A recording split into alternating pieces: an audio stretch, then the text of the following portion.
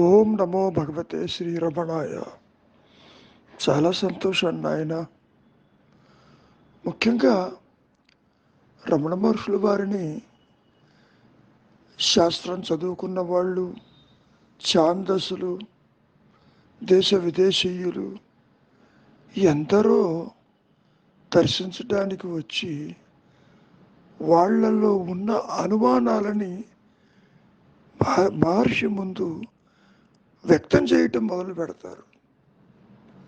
ఇది చెయ్యకూడదు కదా, అది చెయ్యకూడదు కదా, మరి ఎందుకు చేస్తున్నారు ఇవన్నీ అన్నట్టుగా అదేదో సత్యమైనట్లుగా పలుకుతూ ఉండేవాళ్ళు చాలామంది మహర్షులు వారి దగ్గర.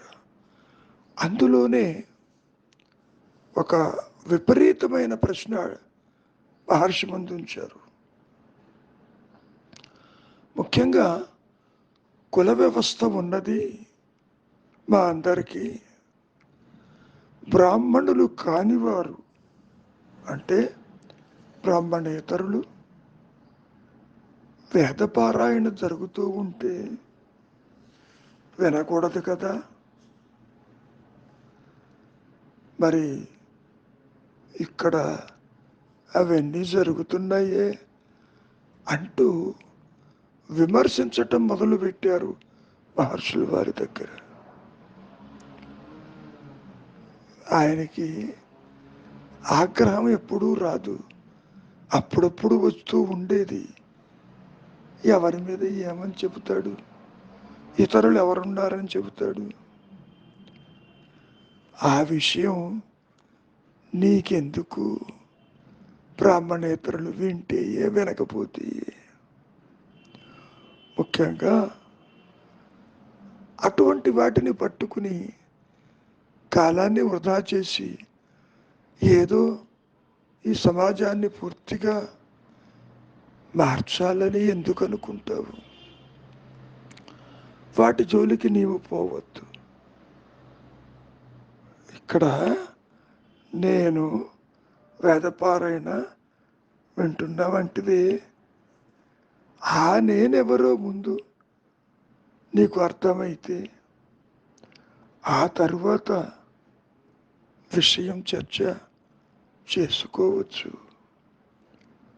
ముఖ్యంగా నేను నేను నేను బలానా, నేను ఈ దేహము, నేను శూద్రుణ్ణి, నేను బ్రాహ్మణుణ్ణి, మరి ఈ విధంగా నువ్వు అనుకోవడం దేనికి?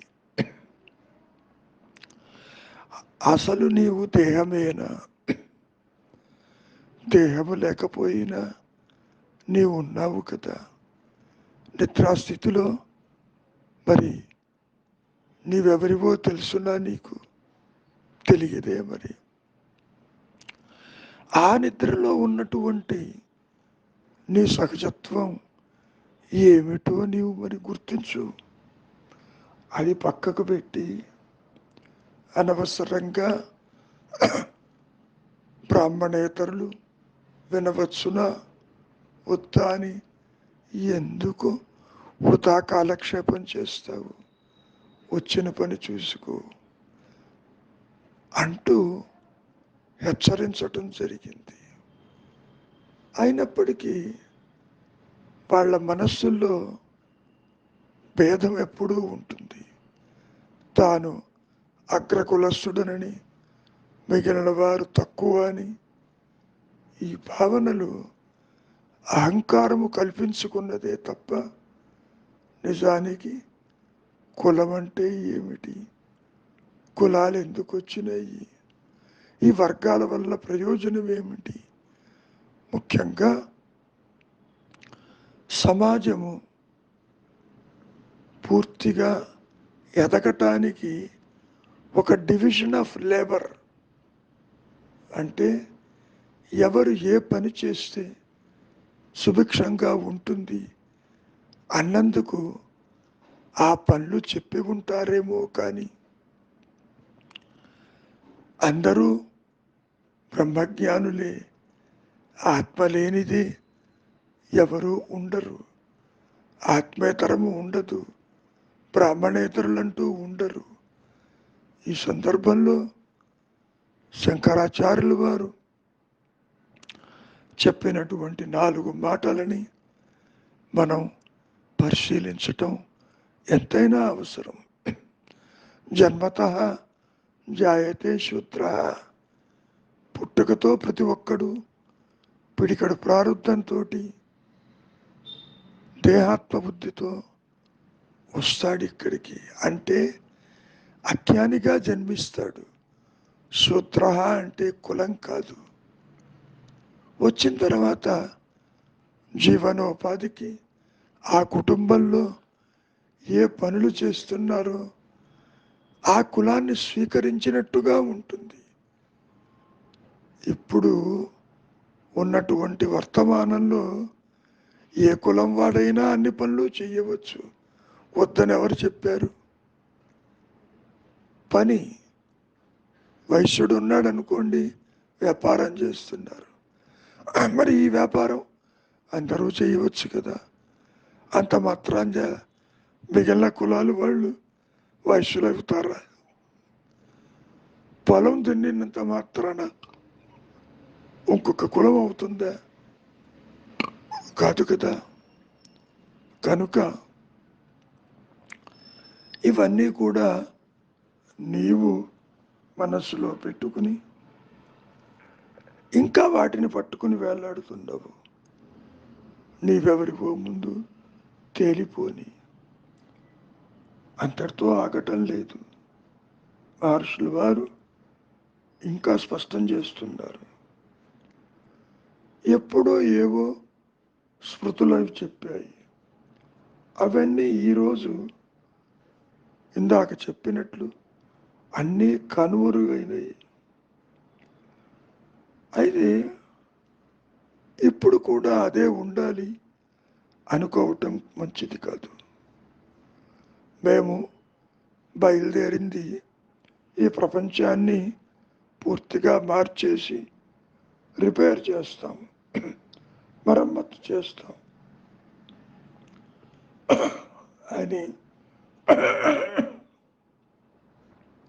స్మృతులను తిరగా వ్రాసేస్తామని ఈ ఆర్భాటాలు, ఈ చిందులు ఎందుకు తొక్కటం?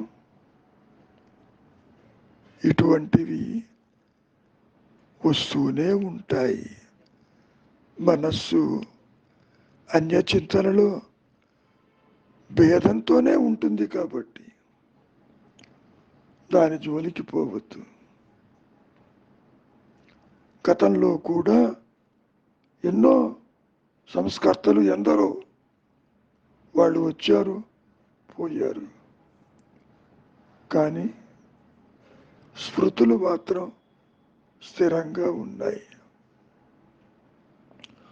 ఒక విషయాన్ని బాగా గుర్తుపెట్టుకోండి. వ్యర్థవాదాలతో అనవసరంగా ఈ కాలాన్ని వృధాపుచ్చుకోవద్దు. ఎవరు వచ్చిన పని వారు చూసుకుంటే అన్నీ కూడా సరిగానే ఉంటాయి. భగవంతుడి సృష్టిలో భేదం లేదుగా. మరి భేదబుద్ధి నీది, నీవు భేదంతో చూస్తున్నావు. కనుక ఆ భేదబుద్ధి ఎవరికో చూడు. అట్టి వ్యక్తి, అట్టి అహంకారి, అట్టి వారు ఉన్నారేమో కాస్త పరిశీలించు. అంతేకాని అనవసరమైన విషయాల జోలికి పోయి ఎందుకు పనికిరాని వాటిని కెలకటం వల్ల నీకు వచ్చేది ఏమిటి? ఏదీ రాదు. ఆ పని మానుకో అంటూ హెచ్చరించారు రమణ మహర్షుల వారు. మంచిది. మౌనమే శరణ్యం.